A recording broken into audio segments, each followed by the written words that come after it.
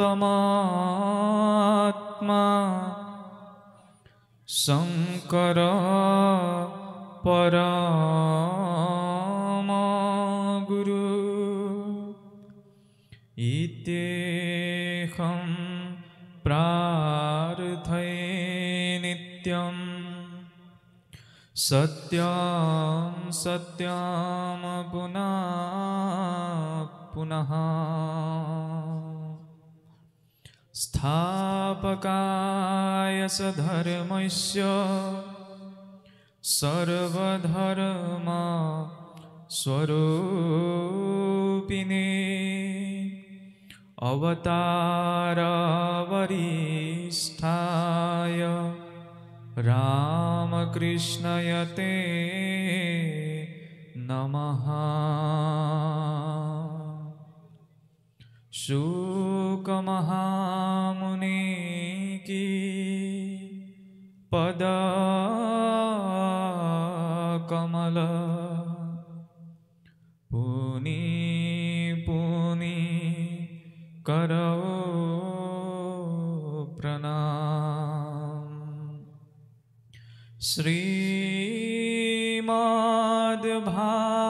श्रीमद्भागवत कथा करो सुजान विराम।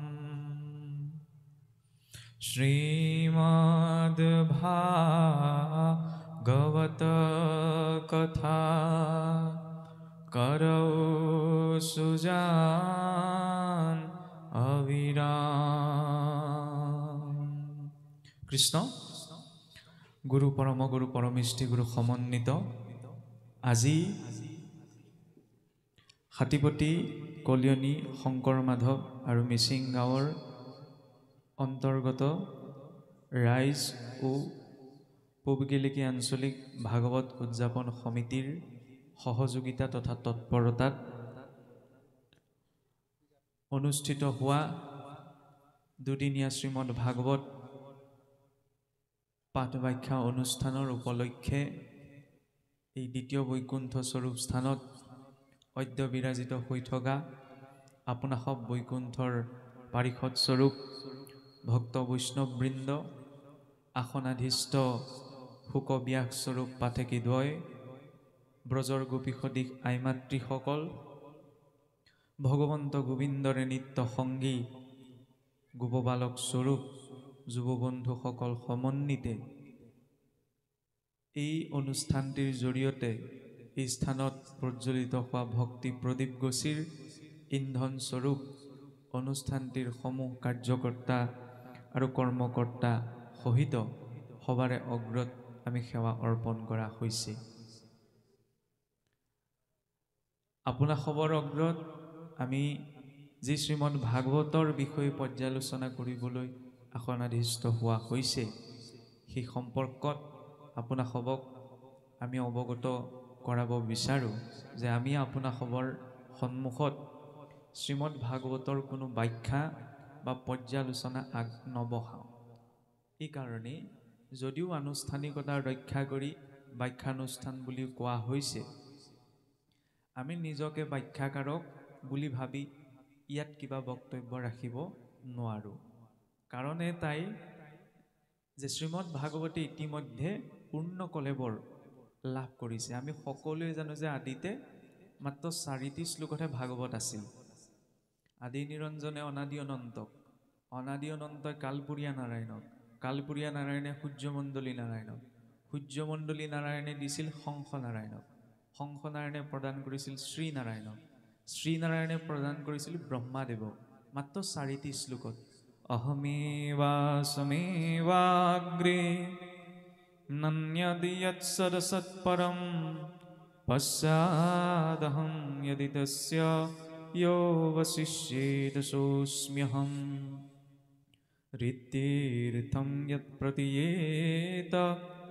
यत्प्रतीयेत सात्मनि तद्विद्यादात्मनो मायां यथा भासो तथा तमः यथा महान्ति भूतानि भूतेषु शशावशेषनो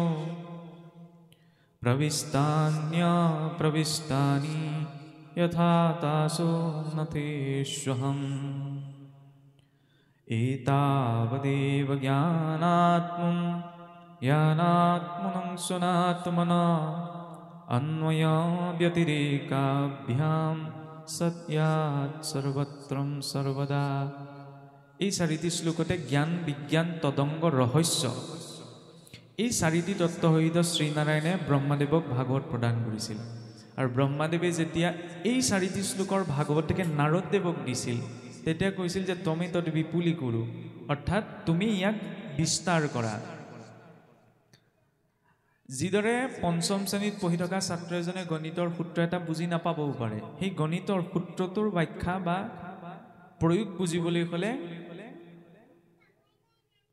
উচ্চতৰ মাধ্যমিকৰ শিক্ষালৈকে হয়তো পৰ্যাপ্ত হ'ব পাৰে।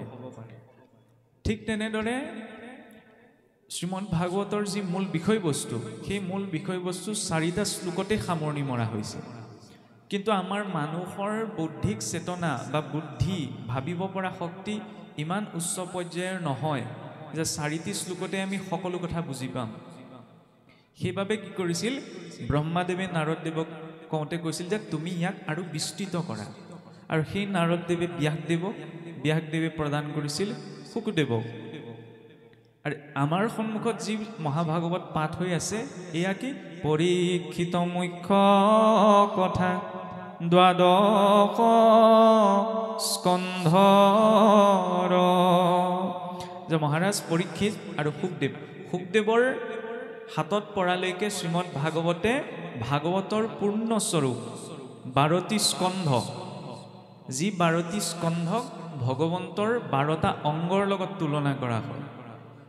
335টি অধ্যায় 18,000 শ্লোক সহিত ভাগৱতে পূৰ্ণৰূপ লাভ কৰিলে। গতিকে তাৰ পাছত আকৌ আপুনি মই তাত যোগ কৰিবলৈ একো বাকী নাৰাখিলে। আজি আমি যিবিলাক আলোচনা কৰিছোঁ এইবিলাক মাত্ৰ নুবুজা কথাটো বুজিবলৈ আৰু নজনা কথাটো জানিবলৈ। কিন্তু ভাগৱতৰ ব্যাখ্যা ইতিমধ্যেই পূৰ্ণ। শুকদেৱৰ হাতত ভাগৱতে সেই ব্ৰহ্মাদেৱৰ হাতত যি 4টি শ্লোক আছিল সেই 4টি শ্লোক ক্ৰমাৎ বিস্তাৰিত হৈ আহি শুকদেৱৰ হাতত সম্পূৰ্ণ ৰূপ লাভ কৰিলে। সেইবাবে শুকদেৱৰ পৰৱৰ্তী সময়ত যেতিয়া মহাৰাজ পৰীক্ষিতক ভাদ মাহৰ শুক্লা নৱমীৰ পৰা পূৰ্ণিমালৈকে পোনপ্ৰথমবাৰৰ বাবে কলিযুগত আৰম্ভণিৰ প্ৰায় 30 বছৰ পাছত গংগাৰ তীৰত পোনপ্ৰথমবাৰৰ বাবে 7 দিনীয়াকৈ মহাৰাজ পৰীক্ষিতৰ মুক্তিৰ বাবে শুকদেৱে ভাগৱত শ্ৰৱণ কৰাইছিল। আৰু তেতিয়া সেই স্থানত শৌনকাদি ঋষিসকলো উপস্থিত আছিল। কিন্তু সেই শৌনকাদি ঋষিসকলে সেইখিনি সময়ত মহাৰাজ পৰীক্ষিতক কৈ থকা সময়ত ইমান এটা গুৰুত্বতা সহকাৰে, ইমান সমৰ্পণ ভাৱত বা ইমান এটা একান্ত ভাৱত শ্ৰৱণ নকৰিলে। আৰু যেতিয়া 7 দিনৰ অন্তত দেখা পালে যে মহাৰাজ পৰীক্ষিতে সেই একান্ত মনে শুকদেৱে কৈ যোৱা ভাগৱত শুনি পৰম গতি লাভ কৰিছে, তেতিয়া সেই শৌনকাদি ঋষিসকলৰ মনত পুনৰ এইটো ভাৱ উপজিল যে আমি আগতে কৈ যাওঁতে সম্পূৰ্ণ মন দি কথাখিনি নুশুনিলোঁ, গতিকে আকৌ এবাৰ আমি মন দি শুনিব বিচাৰিছোঁ। তেতিয়া শুকদেৱক ক'লে যে সেই শুকদেৱ, যে আপুনি পুনৰবাৰ আমাক ভাগৱত কৈ শুনাওক।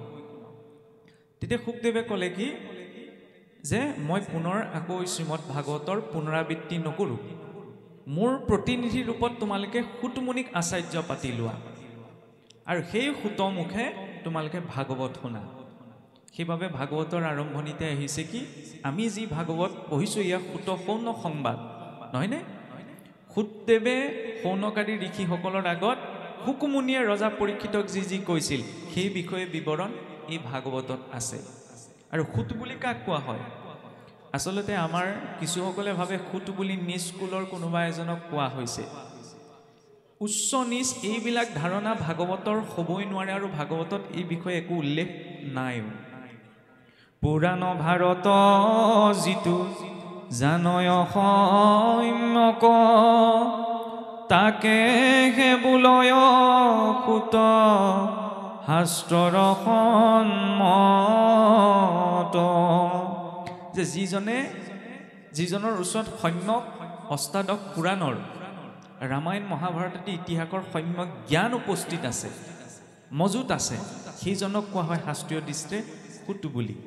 আৰু সেই সূতক আচাৰ্য পাতি শৌনকাদি ঋষিসকলে ভাগৱত শ্ৰৱণ কৰিছিল। আৰু কলিযুগ আৰম্ভণিৰ প্ৰায় ৩০০ বছৰ পাছত গোকৰ্ণই তেওঁৰ ভাতৃ ধুন্ধুকাৰীৰ প্ৰেতত্ব মুক্তিৰ বাবে শ্ৰীমদ ভাগৱত পাঠ কৰিছিল। আত্মদেৱ নামৰ এজন ব্ৰাহ্মণ আছিল। সেই ব্ৰাহ্মণজন ঈশ্বৰৰ পৰম ভক্ত, কিন্তু তেওঁৰ মনত এটাই চিন্তা যে তেওঁৰ ঘৰত আজিলৈকে সন্তান এটি জন্ম হোৱা নাছিল।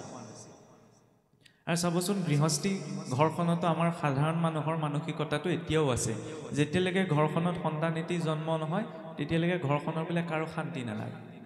এতিয়া ভগৱন্তৰ এজন নৈষ্ঠিক ভক্ত হৈ আত্মদেৱ সদায় সেইটোকে মনত গ্লানি অনুভৱ কৰি থাকে যে মোৰ ঘৰত সন্তান এটি জন্ম হোৱা নাই। এই কথাটোকে এদিন চিন্তা কৰি তুংগভদ্ৰা নদীৰ কাষত বহি থাকোঁতে তেনেকুৱা এটা আগমন ঘটিছিল বোলে এজন ঋষিৰ। ঋষিজনে যেতিয়া আত্মদেৱৰ নিচিনা এজন জ্ঞানী মানুহক চিন্তাত মগ্ন থকা দেখিলে, তেতিয়া সুধিলে যে তুমি কিয় ইমান চিন্তা কৰি আছা, তোমাৰ মনটোত চোন বৰ সেমেকা লাগিছে। তেতিয়া আত্মদেৱে ক'লে যে সেই ঋষিবৰ, মোৰ সংসাৰত পোৱা নোপোৱাক লৈ একো দুখ নাই, কিন্তু মনত এটাই সন্তাপ আছে যে মোৰ বংশত আজিলৈকে সন্তান এটি জন্ম হোৱা নাই, গতিকে ভৱিষ্যতে মোৰ বংশ কোনে ৰাখিব। তেতিয়া ঋষিজনে চাই পেলাই ক'লে যে আত্মদেৱ, আপুনি মিছাকে ব্যৰ্থ দুখ নকৰিব, কাৰণ আপোনাৰ সন্তানৰ যুগ নাই। এই বুলি কোৱাৰ লগে লগে আত্মদেৱ আৰু ভাগি পৰি তেতিয়া ক'লে যে এই দুখ সহি থকাতকৈ মই বোলে মৰি থকাই ভাল। তেতিয়া যেতিয়া এজন জ্ঞানী মানুহৰ মুখত আত্মহননৰ কথা শুনিলে, তেতিয়া ঋষিজনো অকণমান চিন্তিত হ'ল যে কিবা এটা উপায় দিব পৰা যায় নি। তেতিয়া তেওঁ লগতে লৈ থকা জুলুঙাটোৰ পৰা বোলে এটা ফল উলিয়াই আত্মদেৱক ক'লে যে হে আত্মদেৱ, এইটো ভগৱান বিষ্ণুত অৰ্পণ কৰা বিশেষ ফল, বিশেষ সংকল্প কৰি ইয়াক প্ৰস্তুত কৰা হৈছে। মই তোমাক এই ফলটি প্ৰদান কৰিছোঁ আৰু তুমি এই ফলটি নি পেলাই নিজৰ পত্নী ভক্ষণ কৰিবলৈ দিয়াগৈ। আৰু ইয়াৰ পাছত যদি ঈশ্বৰৰ কৃপা হয় তেন্তে তোমাৰ এটি সন্তান জন্ম হ'ব। আৰু মানুহ চাবচোন, যেতিয়া কোনোবা এজন মানুহ বিপদত পৰে আৰু সেই বিপদটোৰ পৰা উদ্ধাৰ পাবলৈ অকণমানো কিবা এটা যদি সুযোগ পায়, তেতিয়াহ'লে সেইটোৱে গোটেই স্বৰ্গখন পোৱা নিচিনা অনুভৱ হয়। আত্মদেৱৰো ঠিক তেনেকুৱাই হৈছিল, কাৰণ যিটো সমস্যা আছিল সেই সমস্যাটোৰ পৰা উদ্ধাৰ হ'বলৈ অকণমান যদিও সুযোগ এটা পাইছে, সেইটোতে আত্মহাৰা হৈ শ্ৰদ্ধা বিশ্বাসেৰে আত্মদেৱে সেই ফলটি গ্ৰহণ কৰিলে। গ্ৰহণ কৰি পেলাই নিজৰ পত্নীক দিলেগৈ, যেনেদৰে ঋষি এজনে এই বিশেষ ফলটি অৰ্পণ কৰিছে আৰু তুমি ইয়াক শ্ৰদ্ধা সহকাৰে ভক্ষণ কৰা। তাৰ পাছত যদি তুমি গৰ্ভ সংস্কাৰ কৰা, ঈশ্বৰে যদি কৃপা কৰে তেতিয়া বোলে আমাৰ সন্তান এটি জন্ম হ'ব। আত্মদেৱ দৃঢ় বিশ্বাস আছিল ঈশ্বৰৰ ওপৰত, সন্তৰ বাক্যৰ ওপৰত, ঈশ্বৰৰ প্ৰসাদৰ ওপৰত। এতিয়া আত্মদেৱ যিদৰে ঈশ্বৰত বিশ্বাসী আছিল, তাৰ বিপৰীত আছিল আকৌ তেওঁৰ পত্নী ধুন্ধুলি। ধুন্ধুলিয়ে ভাবিলে কি, এই ফলটো যদি মই খাওঁ, খোৱাৰ লগে লগে যদি মোৰ গৰ্ভ সৃষ্টি হয়, গৰ্ভ সৃষ্টি হ'লে মই ঢেৰ কষ্ট ভুগিব লাগিব, নিজৰ মতে খাব নোৱাৰিম, নিজৰ মতে ক'ৰবালৈ যাব নোৱাৰিম, প্ৰসৱ বেদনা, সন্তান জন্ম দিয়াৰ সময়ত বহুত কষ্ট ভুগিব লাগিব, গতিকে এইবিলাক মই ইমানখিনি নোৱাৰোঁ। স্বামীয়ে কৈছে, স্বামীয়ে কোৱাৰ কাৰণেতো ফলটো নাখাওঁ বুলি ক'ব নোৱাৰে। স্বামীৰ হাতৰ পৰা লৈ কি কৰিলে, নেদেখাকৈ ঘৰৰ পোহনীয়া গাইজনীক দি দিলে। তেনেকুৱাতে সেইদিনা তেওঁৰ গৃহলৈ আগমন ঘটিছিল ধুন্ধুলিৰ ভনীয়েকৰ। আৰু দৈৱ যুগত কি হৈছিল, সেই ধুন্ধুলিৰ ভনীয়েকেও গৰ্ভৱতী হৈ আছিল, গৰ্ভপালনৰ প্ৰথম মাহত আছিল। তেতিয়া ধুন্ধুলিৰ মনত এটা কুটবুদ্ধি খেলালে। তেতিয়া ভনীয়েকক ক'লে যে তোমাৰ এই সন্তানটো জন্ম হ'লে যদি মোক দি দিয়া, তেতিয়া মই মোৰ মাটি বাৰীৰ অৰ্ধাংশ তোমাক দি দিম, কাৰণ মই এইবিলাক গৰ্ভপালন কৰি ইমানবিলাক কষ্ট অনুভৱ কৰিব নোৱাৰোঁ। তেতিয়া সেই সম্পত্তিৰ লোভ পোৱাৰ লগে লগে চাবচোন, ভাল ভাল মানুহৰো মতিভ্ৰষ্ট হৈ যায়। এই ধুন্ধুলিৰ ভনীয়েকেও ভাবিলে কি, ঠিক আছে, ইমানখিনি পাম যেতিয়া সন্তানটি দি দিয়াত কি আপত্তি আছে। আৰু পূৰ্বতে এনেকুৱা ব্যৱস্থা আছিল, যেতিয়া মানে আইগৰাকীয়ে গৰ্ভ পালন কৰে, ধৰি লওক ঘৰৰ পৰা বাহিৰলৈ ওলাবলৈ নিদিয়ে, কিজানি দুখ পায়, কষ্ট পায়, সেই গৰ্ভ পালন কৰা সময়খিনিত তেওঁ ঘৰৰ ভিতৰতে ধৰি লওক পৰিয়ালৰ মানুহখিনিয়ে যাৱতীয় সকলো যা যোগাৰ প্ৰদান কৰে। আৰু তেতিয়া কি হৈছিল, সেই ধুন্দুলি আৰু ধুন্দুলিৰ ভনীয়েকে গৃহৰ ভিতৰতে সেইকেইটা দিন পালন কৰিবলৈ থকা দেখি গাঁৱৰ ৰাইজৰ পৰা আৰম্ভ কৰি আত্মদেৱেও মনত পতিয়ন হ'বলৈ ধৰিলে যে তেওঁ ভনীয়েকো গৰ্ভ পালন কৰিছে আৰু তেওঁৰ পত্নীও গৰ্ভ পালন কৰিছে, গৰ্ভৱতী হ'ল। সেইকাৰণে ধৰি লওক বৰকৈ ওলোৱা সোমোৱা কৰা নাই। আৰু নিৰ্দিষ্ট সময়ত কি কৰিছিল, সেই ধুন্দুলিৰ ভনীয়েকে যিটো সন্তান জন্ম দিছিল সেই সন্তানটিকে ধুন্দুলিয়ে লৈ পেলাই আত্মদেৱৰ হাতত তুলি দি ক'লে যে এইটি সন্তান মোৰ জন্ম হৈছে। আৰু তাৰ ঠিক কেইদিনমান পাছতেই যিটো ফল সেই ঘৰৰ পোহনীয়া গাইজনীক দিছিল, সেই গাইজনীক দিওঁতে গৈছিল, গাইজনীও মানুহৰ দৰে এটি সন্তান জন্ম দিছিল। এতিয়া বিচাৰিছিলে এটা, আত্মদেৱে পালে দুটি সন্তান। ধুন্দুলিৰ পুত্ৰ হোৱাৰ কাৰণে তেওঁৰ নাম ৰাখিলে ধুন্দুকাৰী, আৰু গৰুৰ শৰীৰৰ পৰা সৃষ্টি হোৱা আৰু তেওঁৰ কাণ দুখন গৰুৰ কাণৰ দৰে হোৱাৰ বাবে তেওঁৰ নাম দিলে গোকৰ্ণ। এনেদৰে দুইটি সন্তান যেতিয়া ক্ৰমাৎ বয়স বাঢ়িবলৈ ধৰিলে, লাহে লাহে ডাঙৰ হ'বলৈ ধৰিলে, দুইটাৰে আচল স্বভাৱবিলাক তেতিয়া ফুটি উঠিবলৈ ধৰিলে। এইখিনিতে দেখুৱাইছে আমাৰ মানুহৰ জীৱনত 10টা, মূলতঃ 16টা সংস্কাৰ, কিন্তু 16টা সংস্কাৰত সম্পূৰ্ণ অধিকৃত নহ'লেও 10টা মূলতঃ সংস্কাৰ থাকে। সেই 10 সংস্কাৰৰ ভিতৰত প্ৰথমটি সংস্কাৰেই হৈছে গৰ্ভ সংস্কাৰ।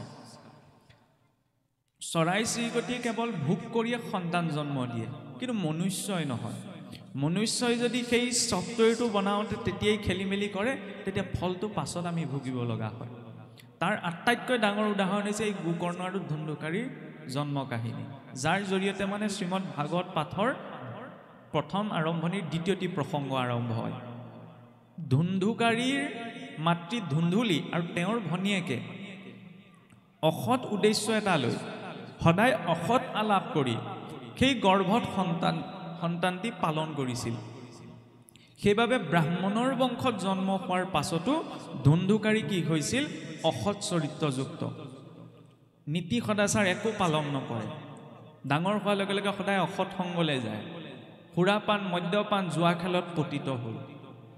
আনহাতে সৎ সংকল্পযুক্ত হৈ সৎ ভাৱনাৰে লাগিলে গৰুৰ শৰীৰতেই নহওক কিয় জন্ম হোৱাৰ বাবে গোকৰ্ণ সদায় সৎ চৰিত্ৰৱান হ'ল। ডাঙৰ হোৱাৰ লগে লগে যে জ্যেষ্ঠসকলক সন্মান কৰে, ঈশ্বৰ ভক্তি পৰায়ণ, শাস্ত্ৰ কথা শুনে, নীতি সদাচাৰ পালন কৰি সেইবিলাক চৰিত্ৰ গোকৰ্ণৰ প্ৰকাশ পালে। ধুন্দুকাৰী ডাঙৰ হৈ যোৱাৰ লগে লগে ইমান অত্যাচাৰ বাঢ়িলে যে সেই দুখতে আত্মদেৱেও গৃহত্যাগ কৰি গুচি গ'ল।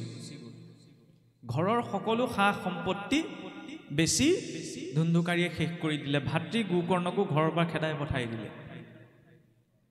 আৰু শেষত কি হৈছিল, নিজৰ মাতৃ ধুন্দুলিকো ধুন্দুকাৰীয়ে ঘৰৰ পৰা ওলাই পঠাই দিলে, আৰু জংঘলৰ মাজত তেওঁ সেই পুত্ৰ বিৰহত শৰীৰ এৰিলে। এনেদৰে বহুকাল যোৱাৰ পাছত যেতিয়া ঘৰত সকলো ধৰণৰ আচবাব নাইকিয়া হৈ থাকিলে, ক'ৰ পৰা চলিব, তেতিয়া ধুন্দুকাৰীয়ে কি কৰিলে, ইতিমধ্যে ধুন্দুকাৰী 5 গৰাকী বেশ্যা নাৰীত পতিত হৈছিল। এতিয়া 5 গৰাকী বেশ্যা নাৰীক পোহপাল দিবলৈ ঘৰখনত একো সা সম্পত্তি নাইকিয়া হৈ থাকিলে। তেতিয়া তেওঁ ৰজাৰ ঘৰত চুৰ কৰ্ম কৰিলে, আৰু ৰজাৰ ঘৰৰ পৰা চুৰ কৰি অনাৰ কেইদিনমান পাছতেই সেই 5 গৰাকী বেশ্যা নাৰীয়ে ভাবিলে, এইটোৱেতো ৰজাৰ ঘৰৰ পৰা চুৰ কৰি আমাক পোহপাল দি আছে, ৰজাৰ ঘৰত যদি কেনেবাকৈ ই ধৰা পৰিবলৈ হয়, ইয়াকতো ৰজাই কাটিব লগতে আমাকো কাটিব। গতিকে কি কৰিলে, এই শুই থাকোঁতে ধুন্দুকাৰীৰ মুখত পকা অঙঠা ভৰাই মাৰি পেলালে, আৰু 5 গৰাকী বেশ্যা নাৰী যিখিনি যাৱতীয় বাকী থকা সা সম্পত্তি আছিল সকলোলৈ অন্য দেশলৈ গুচি গ'ল। এতিয়া ধুন্দুকাৰীয়ে যে গোটেই জীৱনটোত অসৎ কৰ্মকে কৰিলে আৰু দুৰ্ঘটনাবশতঃ মৃত্যুক আঁকোৱালি ল'লে, সেইকাৰণে কি ৰূপত তেওঁ শৰীৰ পাবলগীয়া হ'ল, প্ৰেত যোনি। এতিয়া আমাৰ মানুহৰ মাজত ভুল ধাৰণা এটা আছে, প্ৰেত যোনি আৰু প্ৰেত এই দুটা বেলেগ বস্তু। আমাৰ কিছুসকলে কয় কি, মানুহ মৰিলে বুলিয়ে আমি তেওঁক প্ৰেত বুলি ক'ব নোৱাৰোঁ। যেনেকৈ আমাৰ মানুহজন যেতিয়া মৃত হয়, মৃত হোৱাৰ লগে লগে যেতিয়ালৈকে সপিণ্ডীকৰণ নহয় তেতিয়ালৈকে তেওঁক প্ৰেত বুলি কোৱা হয়। আৰু কিছুসকলে এই কথাটোকে ভাবে যে মোৰ ঘৰৰ আত্মীয় কোনোবা এজন মৰিলে আকৌ মই কেলে প্ৰেত বুলি ক'ম। তাত প্ৰেত শব্দটো প্ৰয়োগ হৈছে প্ৰোক্ত ইতি প্ৰেতঃ, যি পৰলোকলৈ গমন কৰিছে তেওঁক বুজাবলৈ প্ৰয়োগ কৰা হয় প্ৰেত শব্দটো।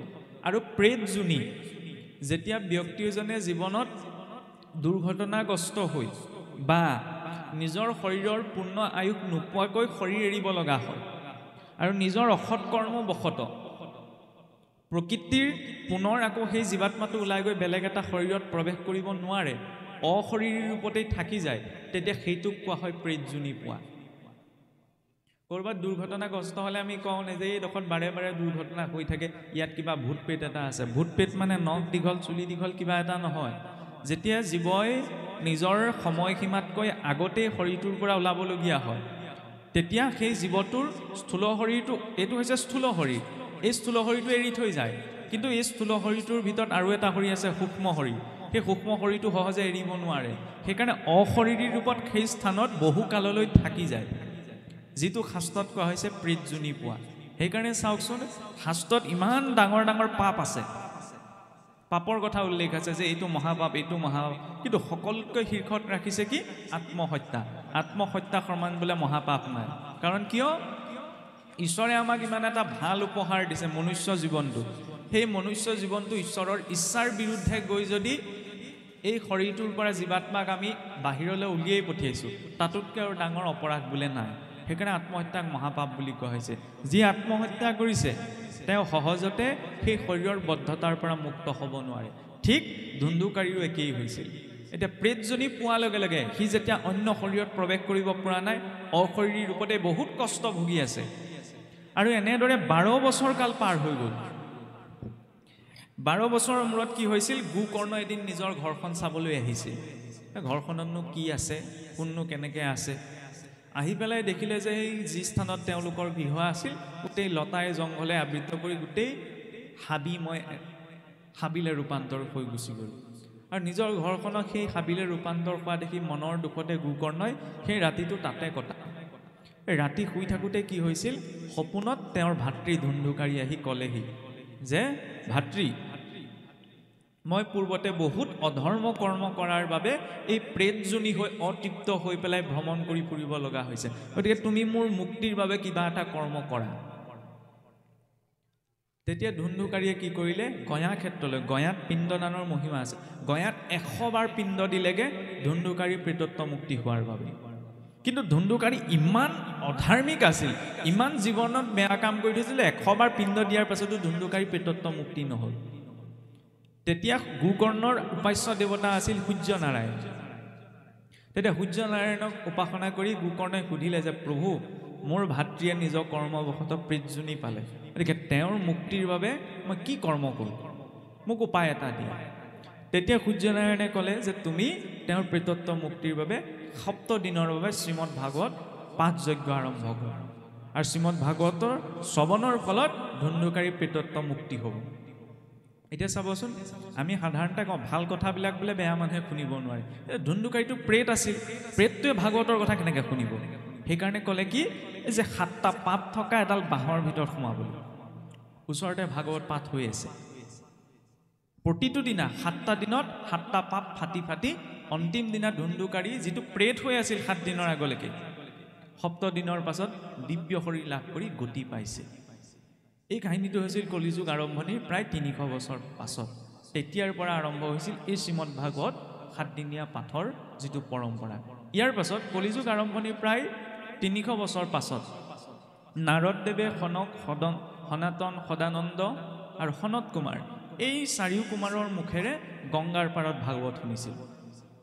আৰু সেই ভাগৱতকে শুকমুনিৰ পৰা প্ৰাপ্ত কৰিছিল শংকৰাচাৰ্য, ভাস্কৰাচাৰ্য, নৃসিংহ পৰমানন্দ, পুৰুষোত্তম ভট্টাচাৰ্য, শ্ৰীধৰ স্বামী, ব্ৰহ্মানন্দ, ৰত্নভাৰতী, মহাভাৰতী, জগদ্দিশ মিশ্ৰৰ পৰা প্ৰাপ্ত কৰিছিল মহাপুৰুষ শ্ৰীমন্ত শংকৰদেৱ। এতিয়া এইসকল মহাপুৰুষে ভাগৱতত একো যোগ দিয়া নাই। কিয় যোগ দিয়া নাই? কাৰণ তেওঁলোকে জানিছিল যে ভাগৱত ইতিমধ্যে পূৰ্ণ। মাত্ৰ সেইসকল আচাৰ্য, শুকমুনিৰ পাছৰ পৰা মহাপুৰুষলৈকে আচাৰ্যসকলে ভাগৱতৰ কথাখিনি পাকে পকাৰে বুজাবলৈ চেষ্টা কৰিলে, গতিকে আমিও বুজাবলৈহে চেষ্টা কৰা হ'ব।